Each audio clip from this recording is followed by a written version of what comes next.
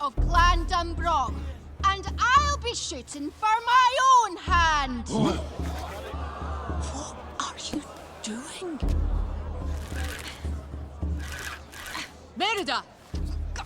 Curse this dress!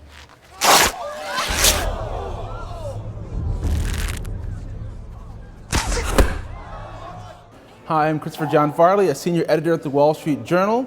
The newest release from Pixar and Walt Disney is Brave. This is Pixar's 13th animated release, and it comes on the heels of Cars 2.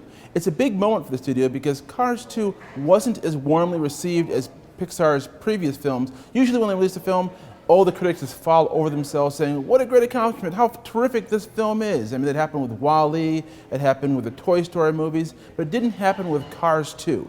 Nonetheless, Cars 2 is judged to be a big box office success, mainly because they sold all sorts of products associated with those cars, and so they made a lot of money from it, from numerous reports.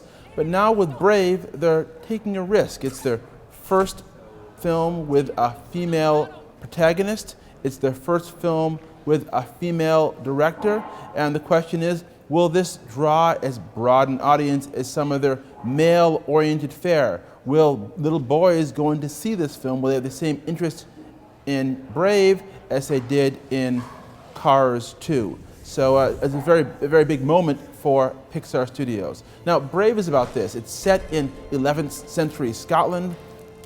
It's about a little girl. It involves magic and archery and a big adventure. And again, it's another first for Pixar, and this is their first film that's set in a specific historical period, 11th century Scotland. Again, new area for Pixar, and you have to wonder, does the audience want to see this, or do they want to see a complete fantasy or something set in the real present day world? So all these things are sort of up in the air to see whether or not Pixar can make the same kind of money on this film as they have in past films and excite the critics in the way they have in past films.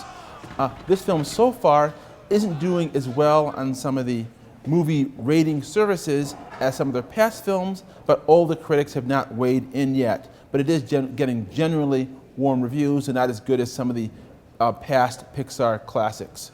The other interesting thing about this film is, whether or not it'll be able to sort of generate spin-offs. Will they be able to sort of sell some of the dresses that the main character wears in the film and some of the outfits that she wears in the film, in the same way that Disney has for past films that feature princesses. This is more of an active princess, so unclear whether people will warm to it in that way, and will they want to emulate her fashion.